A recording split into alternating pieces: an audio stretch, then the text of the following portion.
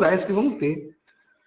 Que já existiam, né? Que vão continuar existindo. Já existia, sempre vai existir, né? Mas que a grande problema nosso é que essa dificuldade a gente vê uma heresia, né? Não quer dizer que você ter pessoas plurais dentro da igreja, pessoas que pensam diferente dentro da igreja, mas a gente não pode esquecer que, a gente vai falar isso, né? Que a nossa lei principal é a lei de Cristo. Com certeza. Nós É a podemos palavra, ter né? divergência, nós podemos ter divergência, vamos ter divergência, mas que o balizador sempre vai ser Cristo, né? Graças a Deus. Vai falar isso, graças a Deus. Essas coisas que a gente, né, que começa a entrar na graça, no amor. A gente estudar os atos de Cristo, né? Paulo fala muito aí nas cartas, né, nas cartas dele. A gente começa a entender melhor isso, né? Porque Paulo ele enfrentou de frente essas diferenças, né? Os choques culturais, né? Porque a gente sabe muito bem que o primeiro grande desafio que o cristianismo teve depois da morte de Cristo foi para quem que aquele evangelho servia, né? É isso aí. E aquela discussão, né, entre foi a gregos, primeira hebreus. Foi a primeira grande briga que os próprios discípulos tiveram para quem que era aquilo, né? Uma turma queria que inclusive aquilo os 12, era né? só não, foi a primeira briga que eles tiveram, né? Foi de pensar para quem que era aquilo que eles estavam pregando, aquilo que eles falou, né?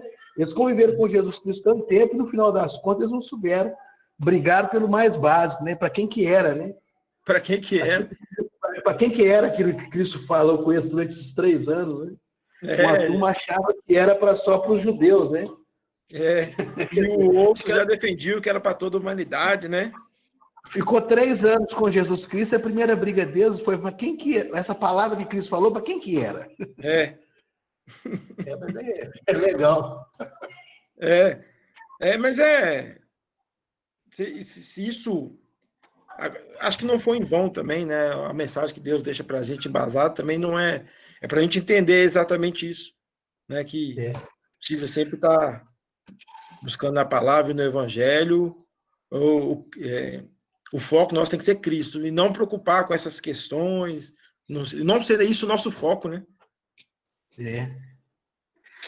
Bom, gente, dá uma boa noite para todos aí. A aula não começou ainda não, viu, gente? Boa noite, paz a todos. Nós estamos conversando aqui. Paz, pastora. Conseguiu chegar, né? Paz para todos aí, viu? Um minutinho, tá, Robinho? Murilo. Tá todo... O pessoal tá... Totoca. Leonardo. Os Leonardos. Os Leonardos também.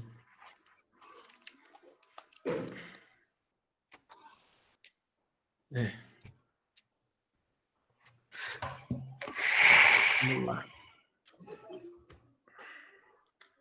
Bom, o pessoal começou a entrar. Ô, Léo, se quiser, por favor, começar a transmissão, vou te agradecer.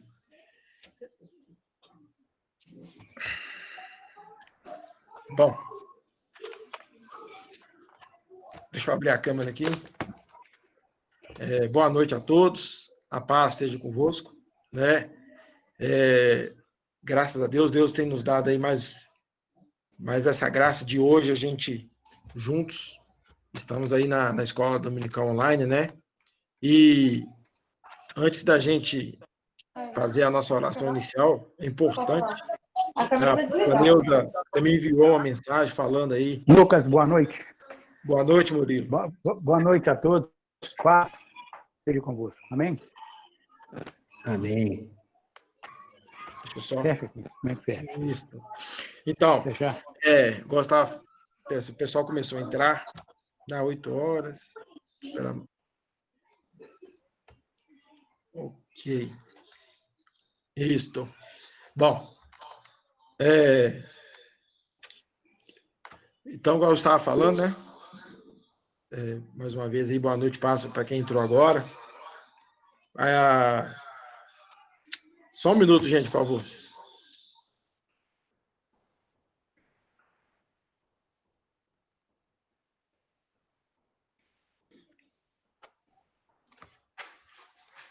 Só um minuto, tá, gente?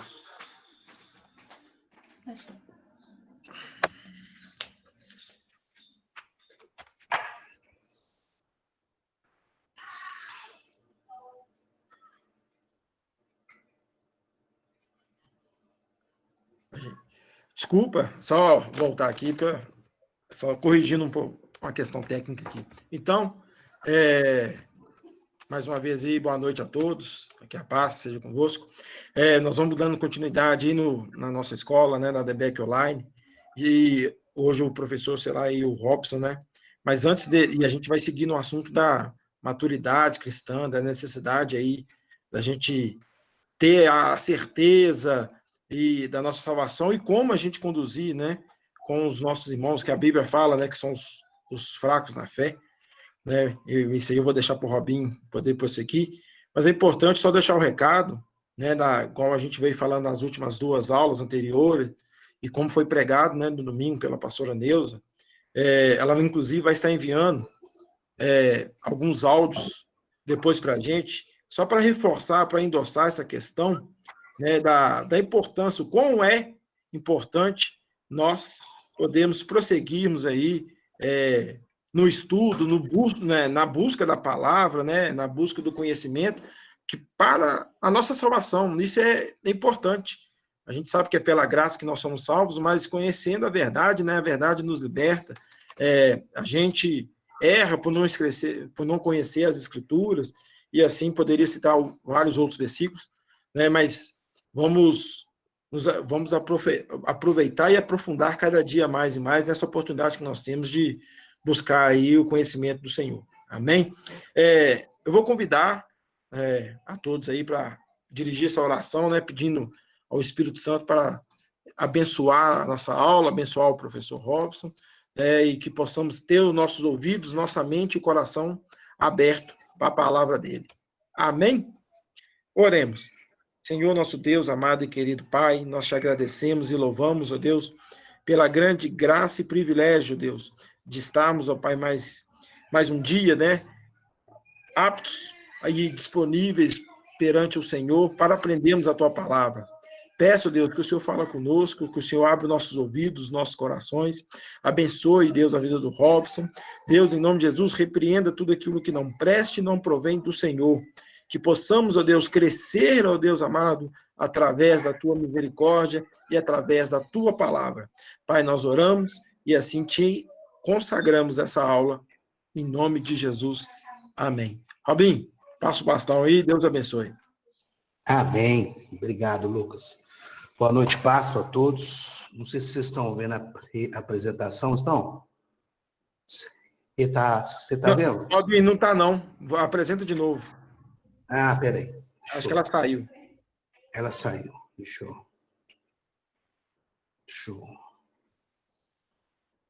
ir aqui. Agora vai dar. Compartilhar.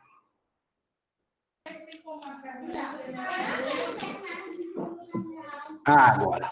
Agora sim, Robinho. Tá ok. Então, tá bom. Boa noite a todos, paz. Gente, hoje a gente continuando aí essa temática aí sobre maturidade cristã, nós vamos falar sobre tolerância cristã, né? Uma característica, né, que nós precisamos de aprender, né, a tolerar mais, né, os nossos irmãos, né?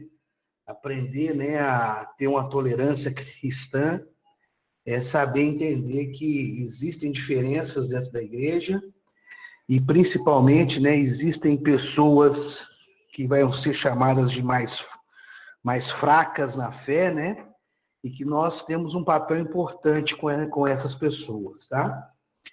Para isso, eu gostaria que vocês tivessem a oportunidade, está até aí na tela, mas quem puder, a gente vai estar lendo o livro de Romanos, no capítulo 14, tá?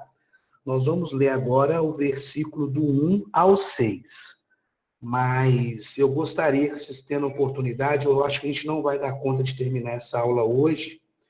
Nós vamos continuar lá na semana que vem, mas eu gostaria que vocês já também lessem, quem tivesse oportunidade, o capítulo 14 e o 15 todo. Tá? Vai ser muito importante. Quem está com a sua Bíblia aí, quem não tiver aí, deixa a Bíblia aberta. A gente vai ler aqui, essa primeira parte está aí, está na tela. Então vamos lá. Romanos capítulo 14. Tá? Ora, quanto ao que está enfermo na fé, recebei, não em contendas sobre dúvidas. Porque um crê, de tudo se pode comer, e outro, que é fraco, come legumes. O que come, não despreze o que não come. E o que não come, não julgue o que come, porque Deus o recebeu por seu. Quem és tu que julgas o servo alheio? Para seu próprio Senhor, ele está em pé ou cai, mas estará firme, porque poderoso é Deus para firmar. Um faz diferença entre dia e dia, mas outro julga iguais todos os dias. Cada um esteja inteiramente seguro em sua própria mente. Aquele que faz caso do dia, para o Senhor o faz. E o que não faz caso do dia, para o Senhor não o faz. O que come, para o Senhor come, porque dá graças a Deus. E o que não come, para o Senhor não come e dá graças a Deus. Então aí a gente está lendo aí essa passagem, tá? Antes da gente começar aqui, né? Só explicando que esse estudo de hoje aqui foi uma revista da CPAD, tá? De 2016, tá? Esse estudo aí não é da minha autoria, não. Esse é um estudo da CPAD. E qual que é um dos objetivos da aula de hoje, gente? Nós temos 3 objetivos principais hoje aqui. O primeiro deles é saber que a igreja em Roma era uma igreja heterogênea. O que é isso? Nós vamos estudar aqui hoje, né, que lá quando Paulo escreveu para os romanos, ele estava relatando uma situação de uma igreja heterogênea. O que é uma igreja heterogênea? É uma igreja que congrega, que tem pessoas diferentes. Pessoas diferentes como? Com pensamentos diferentes, com origens diferentes, né? E se a gente for pensar, né? Eu até estava comentando com o Lucas no começo da aula aí, né? E eu já falei isso diversas vezes, que a Bíblia, ela é uma palavra viva por 2 motivos principais. Um, porque ela foi inspirada pelo Espírito Santo, né? Feita por Deus, óbvio. Mas o segundo é porque ela retrata muito bem como era uma sociedade específica. E nós vamos ver que Deus, quando escolheu a sociedade de Israel como exemplo, é porque ela, com certeza, ela refletia todos os problemas, dificuldades e benesses que qualquer sociedade hoje em dia tem. Por isso que a gente acaba lendo a Bíblia, um texto de 2000 anos atrás, e consegue entender como é que ela é presente hoje, como é que ela é viva. O segundo objetivo da aula é explicar o que a igreja de Roma era tolerante com os fracos. Né? Será que a nossa igreja hoje, né, a igreja de Cristo hoje, ela é tolerante com aquelas pessoas mais fracas na fé? E o tolerante aí não é a pessoa ser tolerante ao pecado, né? Será que nós temos a tolerância de entender que existem pessoas mais fracas na fé convivendo conosco? E o terceiro ponto é compreender que, assim como a igreja em Roma, a igreja atual precisa ser acolhedora. Né? Nós precisamos aprender a respeitar as diferenças e a saber que existem pessoas fracas que vão estar congregando com a gente. E nós, fortes na fé, nós cristãos mais fortalecidos na fé, nós temos um papel importante para com essas pessoas. Amém? Quem tiver alguma dúvida, gente, por favor, tá? Pode perguntar. E aí, para a gente só dando uma introduçãozinha aí da aula, né? Para a gente poder discutir um pouco, esse texto que a gente leu está falando lá sobre o apóstolo Paulo foi informado de que havia alguns conflitos na igreja de Roma, os quais giravam em torno da liberdade cristã. Então, a gente vai perceber que esse texto específico, capítulo 14 e 15, ele vai estar retratando né, uma situação que Paulo estava enfrentando com a igreja de Roma, né? Qual que era esse problema, né? Alguns crentes ainda imaturos se escandalizavam com determinadas atitudes dos crentes, cuja fé se achava amadurecida. Então, ou seja, né, um grupo de pessoas dentro da igreja, e aí Paulo acaba chamando essas pessoas, né, de fracas, e aí a gente vai, quem fez o estudo, né, chama de imaturo, né? Essas pessoas estavam se escandalizando com determinadas atitudes que aqueles crentes mais amadurecidos na fé estavam tendo. Esses conflitos, como acreditava a maioria dos comentaristas, surgiram com o retorno de alguns judeus cristãos que haviam sido expulsos pelo imperador Cláudio. Então, num contexto histórico aí, né, essa contenda da Igreja de Roma, ela começou quando uma série de judeus cristãos foram expulsos de um determinado local e foram congregar junto com essa igreja que já era estabelecida, né? Esses, ao se juntarem à igreja formada, em sua maioria, por gentios, se escandalizaram com determinadas práticas, né? Então a gente começa a perceber, né? Paulo busca um ponto de equilíbrio, a fim de que a obra de Cristo não sofresse nenhum dano. Esse é o tema que a gente vai estudar hoje. Então, basicamente, foi isso. Um grupo de judeus cristãos, nós não estamos falando de judeus que praticantes do judaísmo, mas não, são judeus convertidos, que foram expulsos de uma determinada localidade e foram congregar numa igreja que já era estabelecida e que era basicamente formada por gentios, ou seja, pessoas de outros povos, né? Mas todas aquelas pessoas, eles aceitaram a Cristo. E a gente percebe, e Paulo, ele percebe que começa a ter uma rivalidade, ou seja, esse grupo de judeus cristãos, eles estavam se escandalizando com determinadas práticas que esses cristãos gentios tinham, ok? E aí a gente começa o nosso estudo, né? Que é uma igreja heterogênea, né? Nós vamos basicamente falar o que está escrito lá no capítulo 14, do 1 ao 12, né? E aí a gente começa a perceber sobre a natureza da igreja. Como assim? É possível percebermos nessa seção da Epístola aos Romanos que Paulo apela para a natureza da igreja, a fim de corrigir o problema que nela surgiu. Ou seja, né?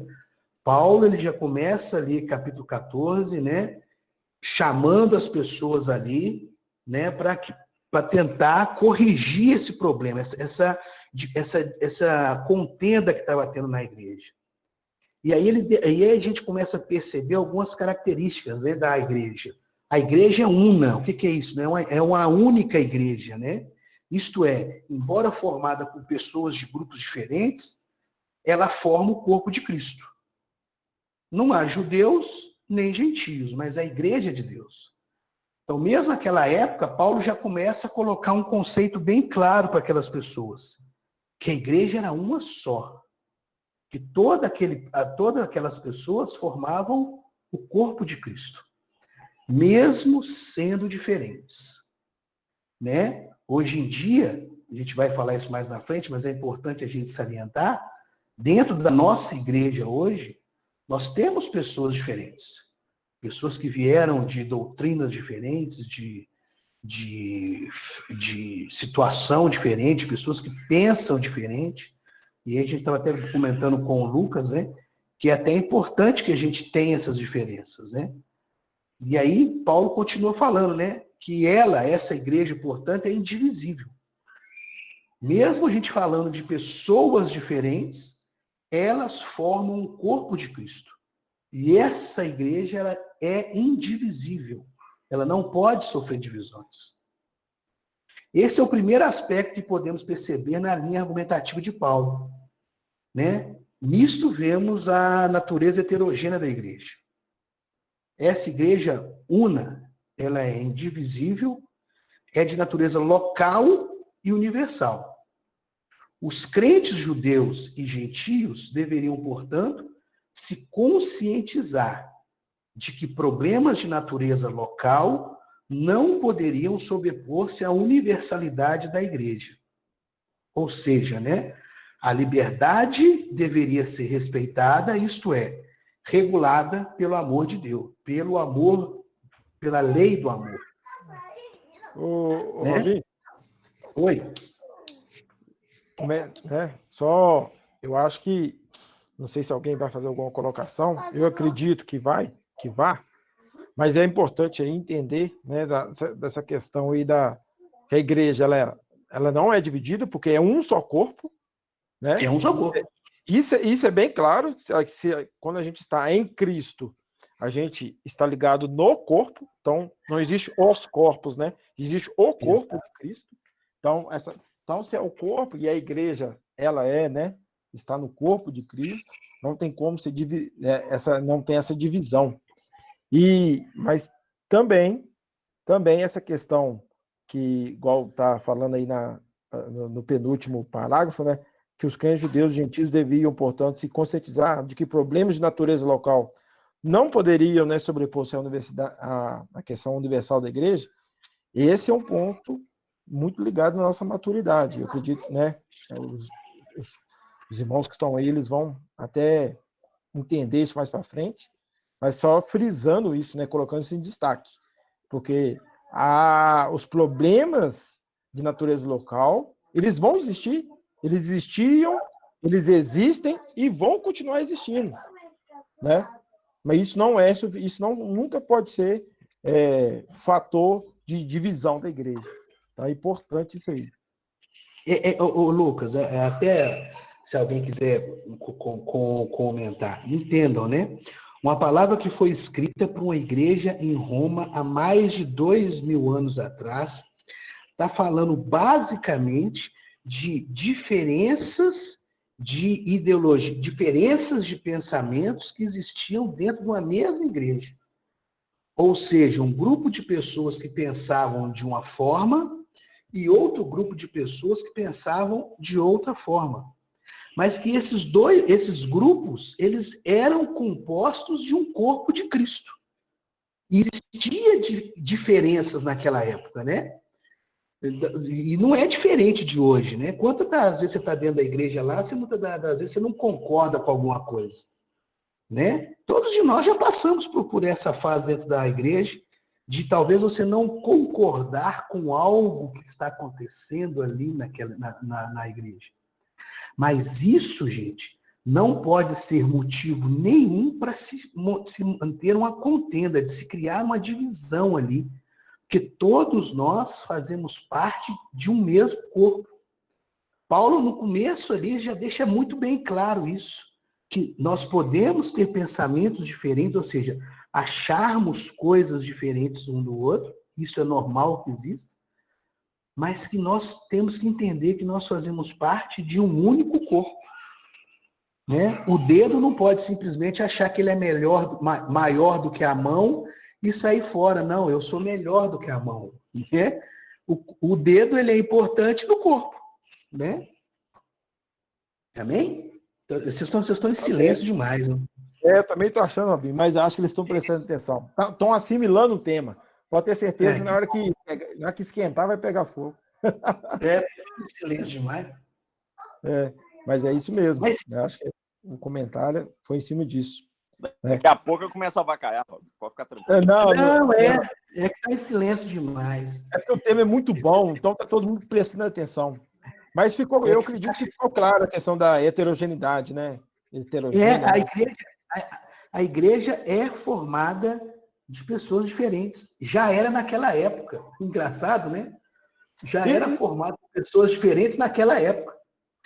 Né? E o interessante era que o propósito de Deus era exatamente isso, né? Que quando fala, né, que a gente seria testemunha, né? Em Atos fala que serei minhas testemunhas, tanto em Jerusalém, em Samaria, em Judeia e até os confins da terra, era propositalmente entender o seguinte: vocês vão começar aqui, em Jerusalém, mas conforme vocês vão expandindo os horizontes, as barreiras, né? Vocês vão ter muitas culturas, várias gentes de povos, pessoas diferentes, todos com um único intuito, que é o quê? Louvar e adorar o Senhor e ser salvo pelo sangue de Cristo. Exatamente. Aí vamos lá. Aí a gente seguindo aí, né? Aí a gente começou falando aí sobre a natureza da igreja e ainda falando sobre essa heterogeneidade da igreja. Nós vamos falar. Ô, Robinho. Oi. Assim, né? Diga. Você falando aí do estudo e o Lucas mencionando lá o livro de Atos, a gente observa aí já a falta de maturidade que já vinha acontecendo desde lá do livro de Atos, quando eles começam a pregar o que era a igreja, e eles já têm aquelas divergências entre judeus e gentios. Né? E o engraçado... Você vê que é ensinamento mesmo. E o engraçado é que a gente tenha, quando a gente lê a passagem, a gente vê falando sobre pessoas que são fracas na fé e outras fortes na fé, subentende-se ali, talvez a gente pode criar um preconceito que o erro ele está unicamente naquelas pessoas que são fracas na fé. Mas a gente precisa entender que Paulo, no sentido evangelístico e no sentido de saber que o corpo de Cristo é um só, ele coloca que a tolerância cristã entra nisso, que os fortes na fé precisam entender. Eles precisam entender que os fracos, eles estão ali, que eles precisam de uma ajuda. Eles não precisam de alguém para falar que ele está errado. Ele precisa de uma ajuda. E esse é um papel nosso, corpo de Cristo. Muitas das vezes a gente fica talvez achando que isso é obrigação do pastor, do diácono, não, é obrigação minha como corpo de Cristo, claro, entender que naquele corpo existem pessoas que não são maduras na fé como eu, e que eu vou precisar... Os mais fortes ajudando os mais fracos, né? Exatamente. Você que é o mais forte, é o segredo. Você que é o mais forte, você vai precisar de tomar algumas atitudes suas, de talvez frear alguma coisa que você é muito maduro e consciente que aquilo é certo, mas que você vai precisar de suportar uma pessoa que é mais fraca. Entender. E talvez, muitas das vezes, deixar de fazer algo que talvez ali agrava aquela pessoa mais fraca, para aquela pessoa entender. Né? A gente vai chegar nisso. Né? E aí, a gente vê que Paulo fala sobre os fracos na fé. Quem que eram os fracos na fé, né? Naquele contexto ali, gente, eram os crentes fracos, eram principalmente cristãos judeus que se abstinham de certos tipos de alimentos e observavam determinados dias em razão de sua contínua lealdade à lei de Moisés. Isso. Então, ou seja, aquelas pessoas que eram fracas, que vieram de fora, eram cristãos judeus que tinham uma prática ainda trazida, que eles eram obedientes ainda à lei de Moisés. É importante, né, ô Robson? Desculpa. Exato. Não, pode interromper, mas além de falar da lei, né, que aonde que entra o conflito, muitas vezes a pessoa não entende, quando fala que a lei mata, né, mas o espírito vivifica. É nesse sentido, que a pessoa que é ortodoxa está ríspido e no sentido de rígido na lei, mas entender que Cristo ele está acima da lei. Ele cumpriu a lei, porque nós hoje possamos viver na graça. Exatamente. São pessoas, gente, que eram convertidos, eles aceitaram a Cristo, mas aí eles ainda traziam consigo um formalismo, o que a apostila chama de um legalismo. Ou seja, né, eles ainda praticavam determinadas coisas segundo a lei de Moisés e se escandalizaram quando chegaram numa igreja onde a grande maioria eram de gentios e era uma igreja mais madura na fé, aonde essa igreja mais madura na fé não fazia esses comportamentos legalistas. Esse foi o grande problema que essa igreja teve. E aí, seguindo, está falando, olha, muitos judeus que haviam se convertido não conseguiam se libertar totalmente dos preceitos do judaísmo. além de observar determinados rituais ao culto, eles queriam que os gentios fizessem o mesmo. Paulo chama isso de emancipação, né, Robinho? Exatamente. Foi aquela pessoa que não se emancipou, que não, aí a gente vai entender isso mais na frente, que ele amarra, né? Que não se libertaram.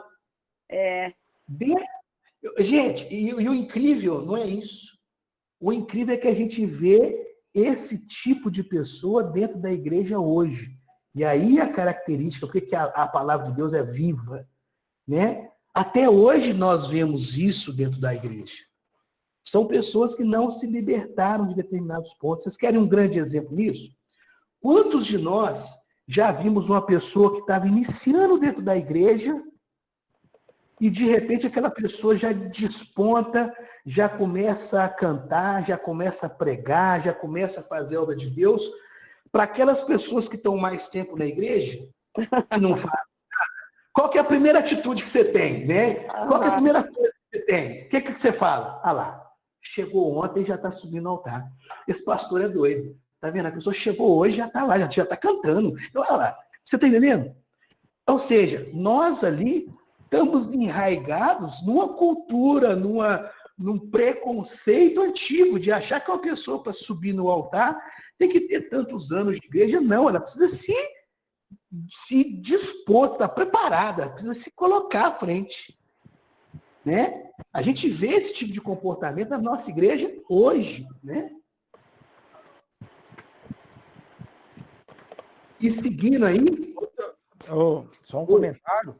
Além da pessoa que é recém-convertida, e ali ela envolvida no primeiro amor, ela se dispõe na obra do Senhor e busca ali, né, já dá os frutos, né, desde o início, né, vamos falar que aquela semente que foi plantada em terra boa e a pessoa vem, é importante também, né, Robinho, a gente lembrar, eu estou até com a Bíblia aqui de estudo aberta, e que isso nunca, gente, vai depender do passado da pessoa, porque a pessoa, às vezes, a gente fala assim, poxa, mas aquela ali era uma prostituta, que aquela ali era um traficante, que aquela ali era um ladrão, e converteu ontem e está aí fazendo a obra do Senhor já, né?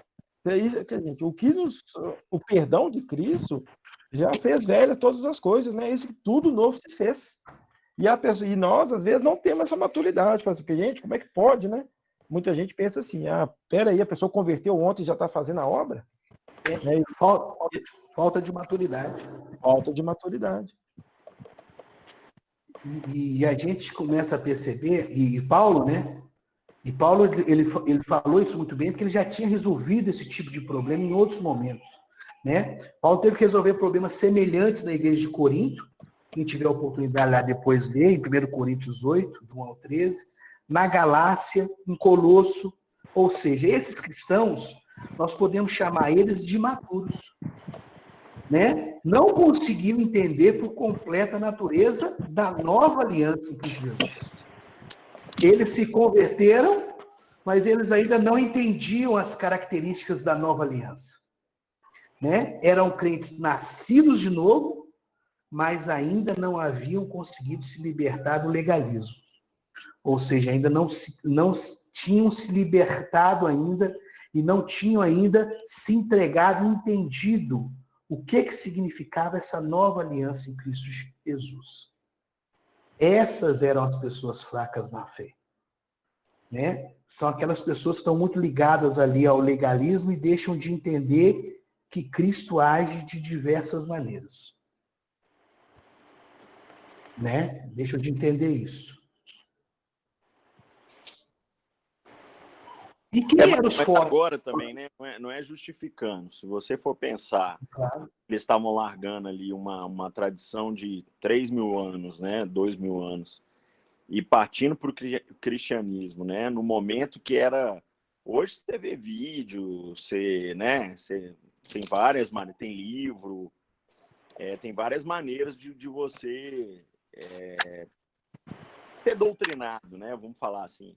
Na época era só a comunicação verbal, né? Então, realmente deve ter sido muito difícil, né? Principalmente a primeira geração virar a chave, né? Ô, Renato, até que era, mas a gente tem que entender também que o próprio bom exemplo que Paulo usa era de igreja formada por gentios, mas que também tinham judeus convertidos ali que eram mais maduros, né? Existiam também. O que a gente tem que deixar muito bem claro, e você está correto na sua afirmação, é que na nossa igreja, aí eu vou trazer para o nosso contexto do dia a dia, nós temos pessoas lá que não tem nada a ver com o tempo de igreja, né? Tem pessoas que já têm pessoas maduras na fé e tem pessoas que ainda são imaturas. E aí não está ligado a tempo de igreja, né? Sim. O pastor Roberto falou que tinha 35 anos na semana passada de batizado. Eu tenho 30, né? Mas isso não é certificado para eu dizer que eu já sou maduro na fé. Né? Eu poderia, talvez eu seja imaturo, né? Mesmo com 30 anos de igreja. E o que a gente tem que entender é isso, né? Essa maturidade. Oi? Eu estou engatinhando. Pois é, só falou com 35, eu falei assim, eu tenho 30. Estou quase lá. Estou engatinhando na fé. Ô, Robinho. Diga. É Ronaldo. A paz a todos. Ronaldo. Existe alguma característica que mostra quando o cristão está maduro ou isso é impossível de saber? Não, são as experiências. Não sei quem puder me ajudar aí, mas o que vai mostrar aquilo que você já é maduro é as experiências que você tem com Deus. Eu acho que é a convivência dele junto ao corpo, sabe? Exato, também. Eu acho que só para ajudar aí, o Ronaldo, um dos pontos que mostra que a pessoa é madura na fé é quando ela tem uma fé inabalável. Ou seja, nada do que acontecer na igreja, fora da igreja, tira ela da presença de Cristo, né? Ela tem certeza, ela tem a certeza da salvação, ela busca andar no caminho do Senhor, ela busca o amor, ela busca a fé, ela busca ser cheia do Espírito Santo, independente se ela tem 30, 35, 50 anos, se ela tem uma intimidade com Cristo, né, em comunhão com oração, em jejum. E isso são sinais de imaturidade, porque a pessoa acha assim, eu tenho 30 anos de igreja, eu não preciso mais jejuar. Eu tenho 30 anos de igreja, eu não preciso mais orar. Não. Eu tenho 30 anos de igreja e o pastor falou isso comigo. Não. Gente, o pastor está lá para disciplinar mesmo. Então, a pessoa que é madura, ela tem um firme fundamento, né? É a fé dela pautada no Senhor. Então, nada abala ela. E isso é um dos pontos, né, que eu vejo, na minha opinião, da maturidade. Independente do que acontecer, ela continua firme. Exato. Ela nunca vai abandonar Cristo, nunca vai abandonar a palavra, nunca vai abandonar, né? Nunca vai deixar de buscar o Espírito Santo. Oi, Murilo. Entendi. Principalmente na tribulação, no caso da enfermidade longa e prolongada. Eu conheço gente que está nessa caminhada e não abandona a fé de forma alguma. Verdade, Murilo, verdade. Mas, sabe, uma das coisas que eu tenho visto... Desculpa, Robinho, até... Não. A gente fala, mas é no intuito de querer contribuir. Mas uma das coisas, Murilo, que a gente pode até refletir nos tempos atuais, principalmente quando se fala aí da teologia da prosperidade, né? Que o diabo percebeu, se ele colocar alguns cristãos em berço esplêndido, ou seja, tiver abundância de bens, não tiver problema, não tiver saúde, essas pessoas se afastam do Senhor. Cara, tá tudo bem, então ela não vai na igreja, ela não combate o pecado, ela não vai fazer a obra, porque ela tá tudo bem, ela tá no conforto, né, do seu desejo. Então isso acontece mesmo. Maturidade. Acontece mesmo. Desculpa aí, Robinho, continue aí. Não. Ronaldo. Senhor, pode falar, pastor, estou ouvindo. Lucas. Ô, pastor. Sabe quando que eu acho que uma igreja é madura?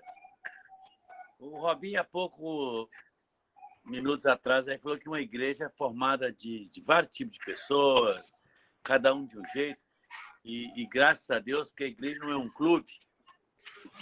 Eu acho que quando a pessoa é madura, quando ela consegue conviver com todo tipo de pessoa, saber entender, procurar, e não é questão de aceitar ou não, mas ela, como parte do corpo de Cristo, ela entender que todo mundo ali, foi falado aí, né?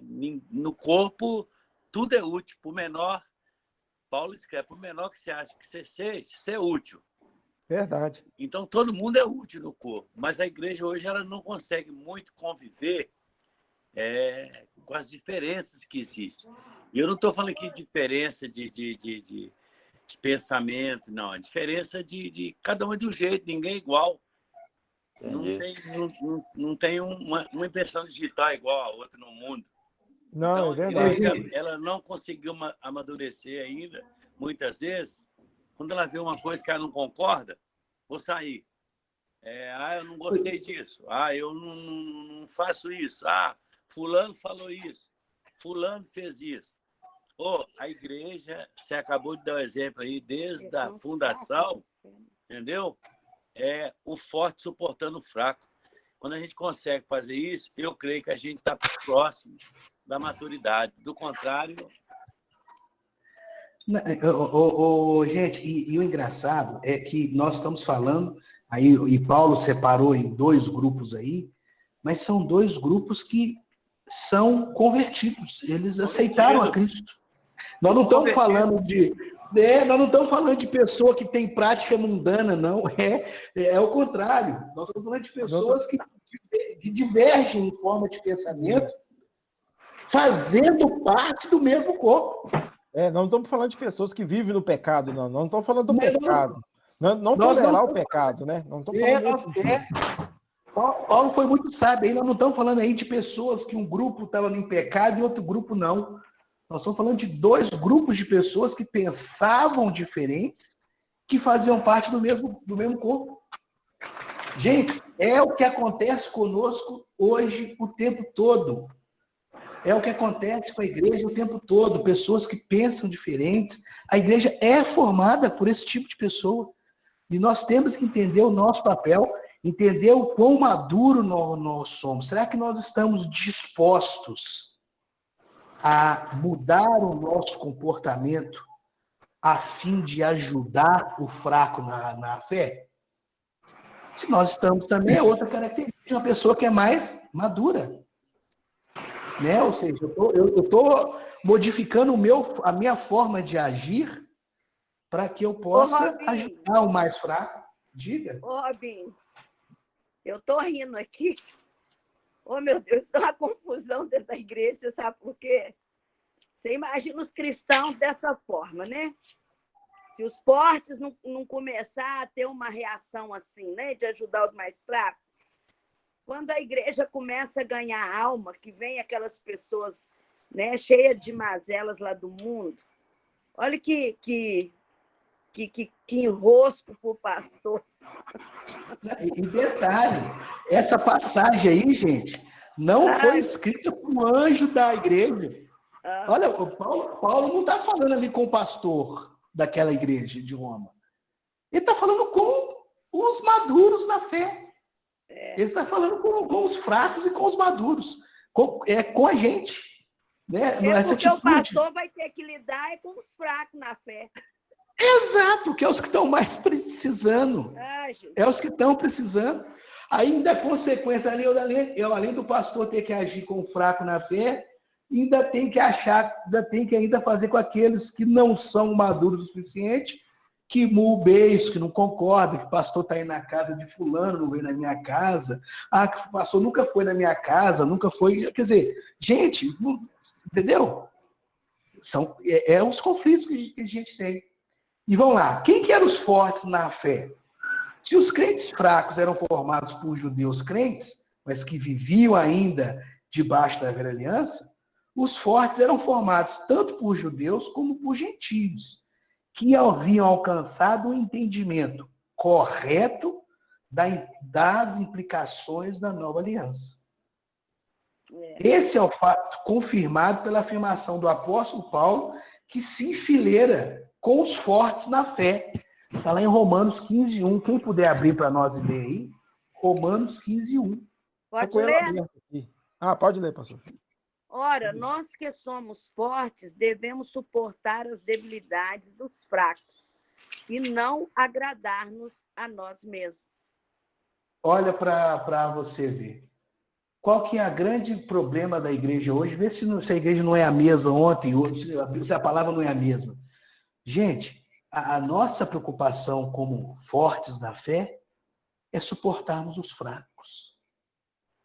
Esse é o nosso papel, essa é a nossa função. A gente muitas das vezes se esquece, larga para lá e pensa assim, eu já sou maduro na fé, eu já estou há muito tempo na igreja, quem está chegando agora que corre atrás, eu tive que correr atrás, por que quem está chegando agora tem que estar amparando, né? Quer dizer, eu que sou pseudo maduro na fé, estou me alegrando comigo mesmo, com as minhas coisas, e me esquecendo que o meu papel é suportar o fraco. Ô, Robin, a Edvânia até fez um comentário aqui, que no corpo e na igreja sempre vão existir os fortes e os fracos na fé. Só que os fortes, né, querem na força tornar os fracos em fortes. Ou seja, acha que a questão dos fortes, quem é forte na fé, né, vai na força, na marra, fazer que os fracos se tornem fortes. E não é isso, né? O comentário da Edvânia foi excepcional.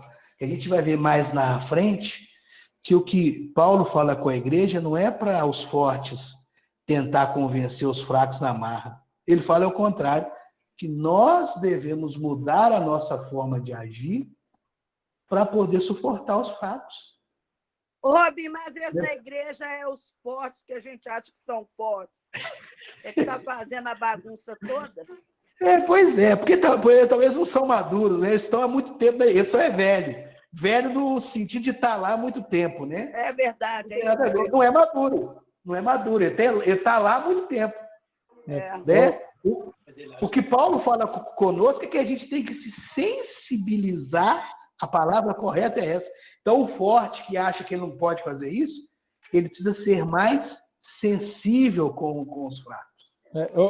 Isso que Paulo quer. O versículo que a Janaína até fez o comentário, é isso mesmo, Robin. Não é maduro, peraí, saiu aqui, deixa eu ler de novo. É isso mesmo, Robinho, não é maduro, só está lá há muito tempo. Tempo de casa não traz maturidade. Isso aí foi os chegamos nessa conclusão, né, pastor? Inclusive, até não é tempo de casa. Agora, eu lendo o versículo, o capítulo 15, o versículo 1 de Romanos, quando Paulo fala que os fortes devem suportar as debilidades dos fracos, e aí que é essa parte que eu vou ler agora, que eu acho que é o grande chavão para a gente refletir. E não agradar-nos a nós mesmos. Tudo que a gente ouve falar do Evangelho é que nós devemos morrer todos os dias, é que nós diminuamos para que o Senhor cresça em nós. Ou seja, a gente fala pouco isso, mas a vaidade humana, o egocentrismo, é uma coisa que demonstra debilidade e mostra fragilidade na fé, fraqueza na fé. Vaidade, a gente fala assim, não, eu sei, eu posso, eu sou, eu que faço, eu não concordo. O eu, quando começa a imperar demais, está mostrando ali, tem algum problema. Acende um sinalzinho aí, uma luzinha amarela. Portanto, os fortes saibam que não estavam mais debaixo da lei, mas da graça. E aí, para a gente fechar aqui essa primeira parte, a igreja é una, ela é única, porém é formada por pessoas diferentes. Já era naquela época, e hoje também é a mesma forma. E aí a gente começa a perceber que essa igreja, ela precisa ser mais tolerante. E aí, para a gente ser mais tolerante, Paulo coloca algumas leizinhas. A primeira lei dessa, que ele coloca lá em Romanos 14, do 3 ao 23, é a lei da liberdade. Um tema que Paulo trata com bastante ênfase na Epístola aos Romanos é o da liberdade em Cristo. Lá em Romanos 7, 24 e 25, a gente não vai ler. Não, vamos fazer diferente. Quem puder abrir para mim lá, em Romanos 7, nós vamos ler o versículo 24 e o 25. A gente vai seguir essa aula para a semana que vem, então não dá tempo de ler.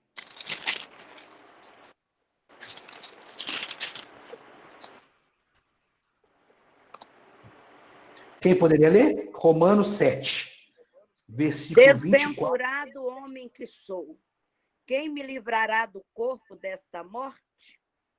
Graças a Deus por Jesus Cristo, nosso Senhor, de maneira que eu, de mim mesmo, com a mente, sou escravo da lei de Deus, mas, segundo a carne, da lei do pecado.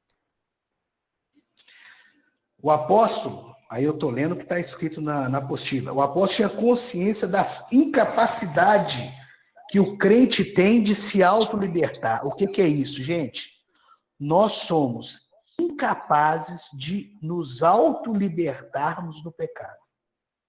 Aprenda isso.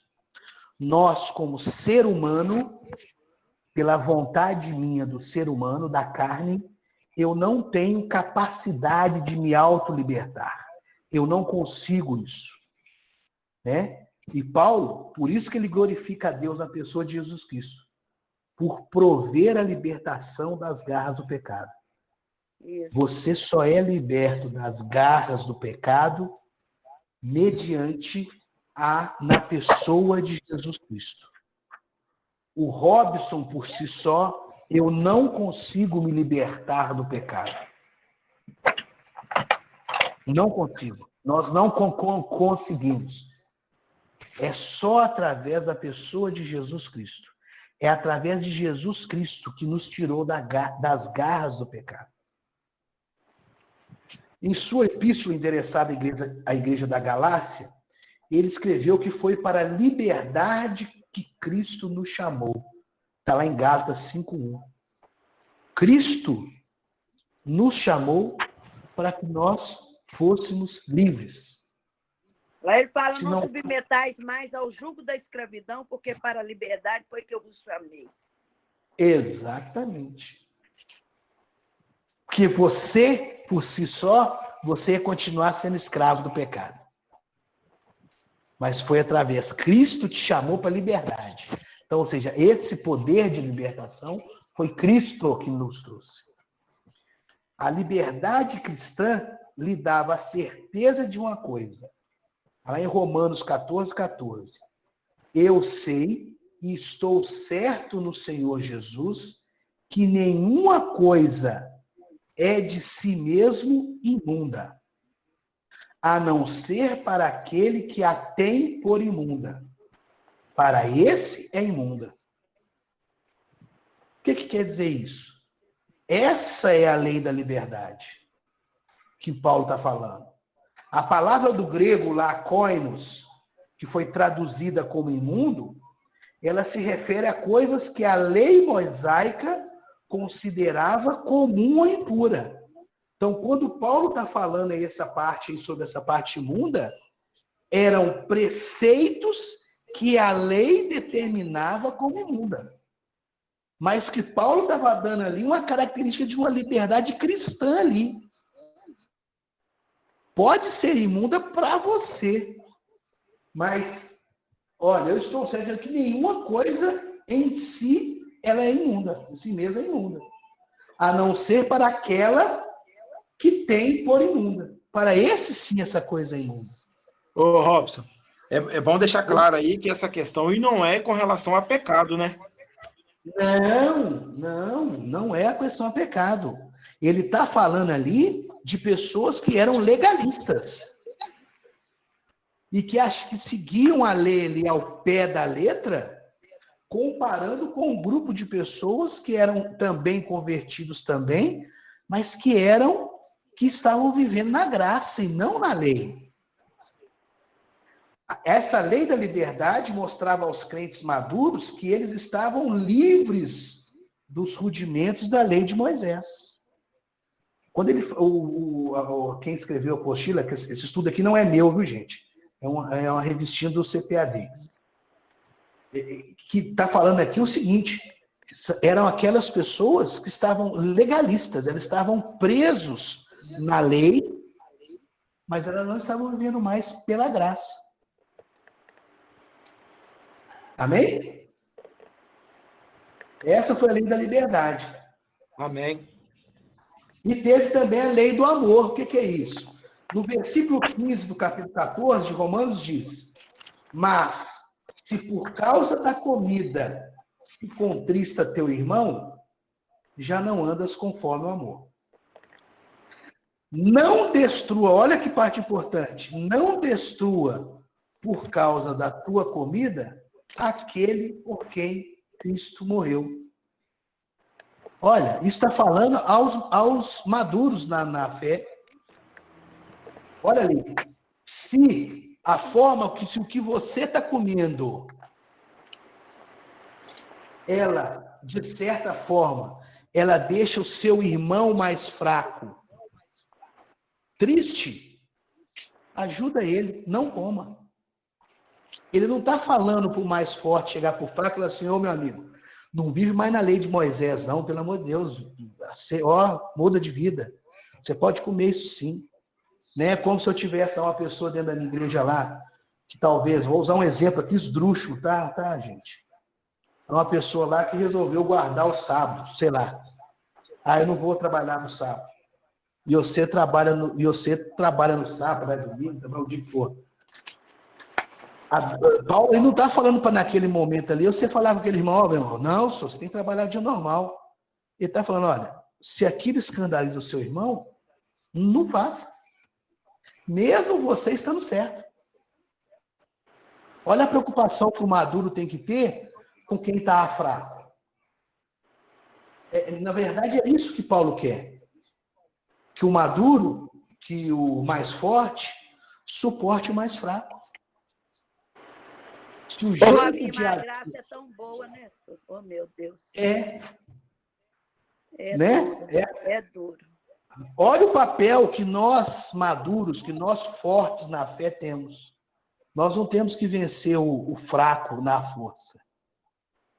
Né? Se um determinado forma de agir minha incomoda aquele irmão que é mais fraco, o que eu tenho que fazer é mudar o meu jeito.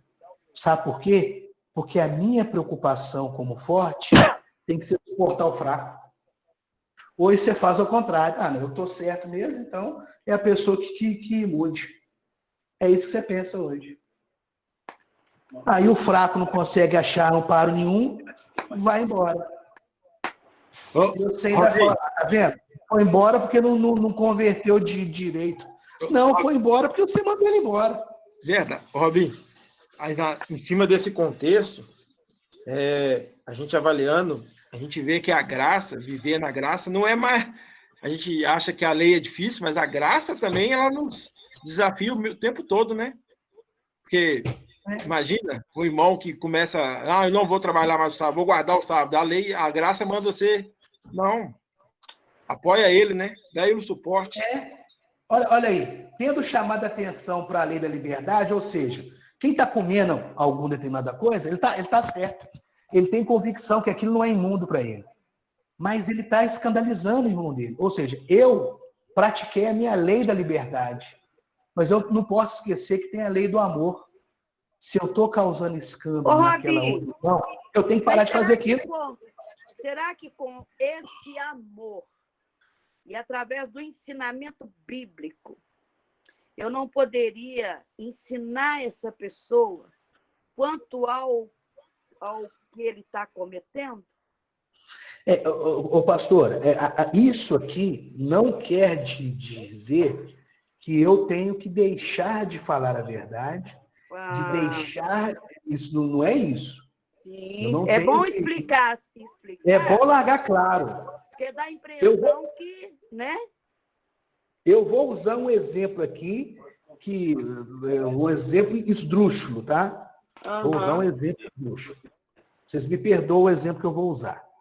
Você lá você chegou à conclusão que o fato de você comer sangue de galinha lá, no frango a molho pardo, usando um exemplo esdrúxulo, tá, gente? Você chegou à conclusão que aquilo para você não é imundo. Ok? Trazendo o que Paulo falou, eu estou usando a lei da liberdade para mim. Ok? Mas eu chamo meu irmão para comer lá em casa. E aquele meu irmão se sente escandalizado de me ver comendo sangue. Para mim, comer sangue não é imundo. Mas o meu irmão, ele se escandalizou com aquilo. Qual que é o meu papel? Eu vou tentar convencer o fraco que ele pode comer sangue. Não. Não, naquela hora ali, não. Não, naquela hora, não. Mas depois eu posso conversar com ele, mostrar, explicar, mostrar na palavra. Mas naquela hora ali eu tenho que fazer o quê? Espera aí, o meu comportamento escandalizou, meu irmão. Eu, como forte, eu tenho que mudar. Eu não posso escandalizar. Aí entra a lei do amor. Né? O amor é o amor ágape de Deus. Ou seja, a lei da liberdade, exercitada por cristãos mais maduros, mostrou-lhes Paulo, permitia quebrar certas regras ritualísticas.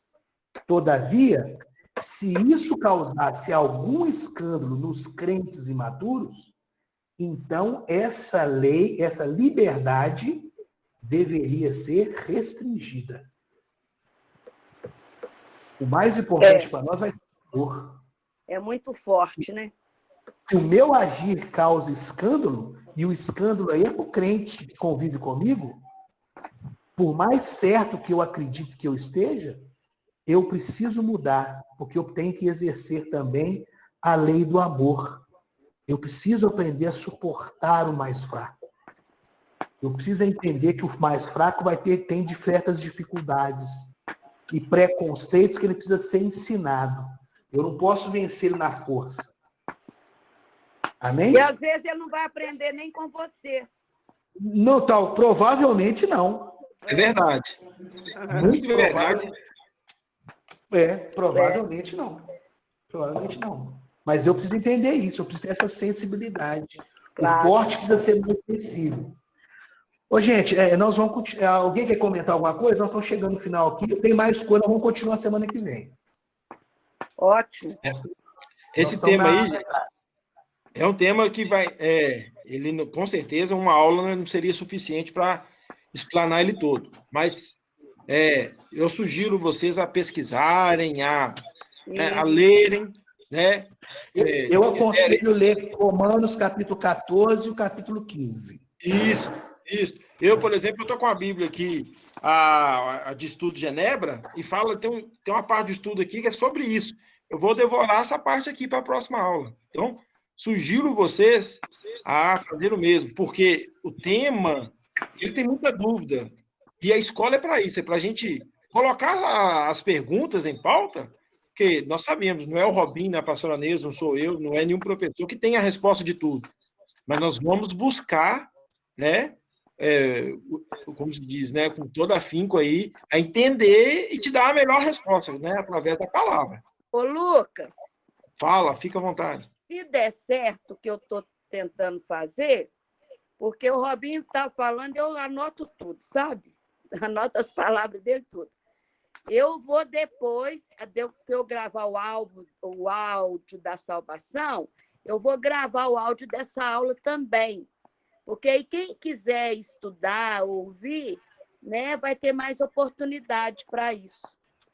Não, pastor, eu acho que é boa. A senhora até me deu uma ideia. Depois eu vou conversar aí com meus demais professores aí, os meus colegas. Porque tem como a gente está até gravando essa aula.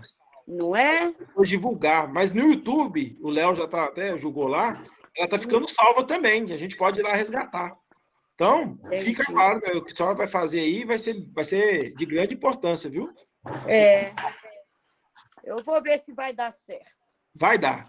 Já deu certo. Em nome de Jesus vai dar. Alguém quer fazer alguma pergunta, pessoal? Alguma dúvida?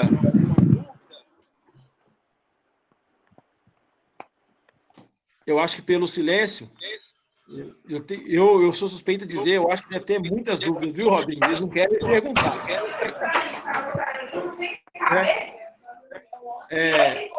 Também, irmão, já são 9 horas, né?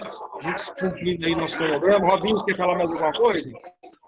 Não, eu quero falar que a gente vai continuar essa aula semana que vem, tá? Lembrando que essa aula, apesar de eu estar me falando aqui, não vou tirar o crédito não, tá? É uma revista do CPAD de 2016, tá? Eu peguei ela toda porque eu achei o assunto muitíssimo interessante, mas eu tenho que dar crédito. Eu até coloquei no começo lá, tá? É uma revistinha do CPAD, de Escola Bíblica Dominical mesmo. Tá bom?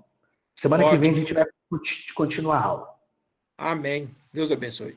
Então, irmãos, vamos orar, né? Para a gente estar encerrando essa aula de hoje. E esperamos vocês aí.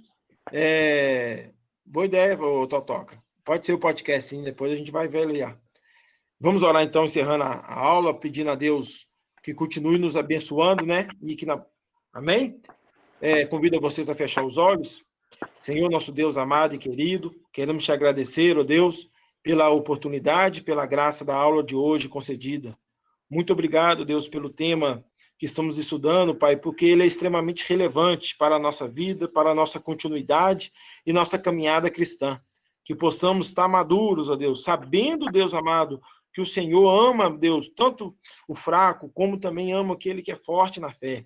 Que possamos, ó Deus, estar crescendo cada dia mais e mais, através do conhecimento do Senhor em nossos corações.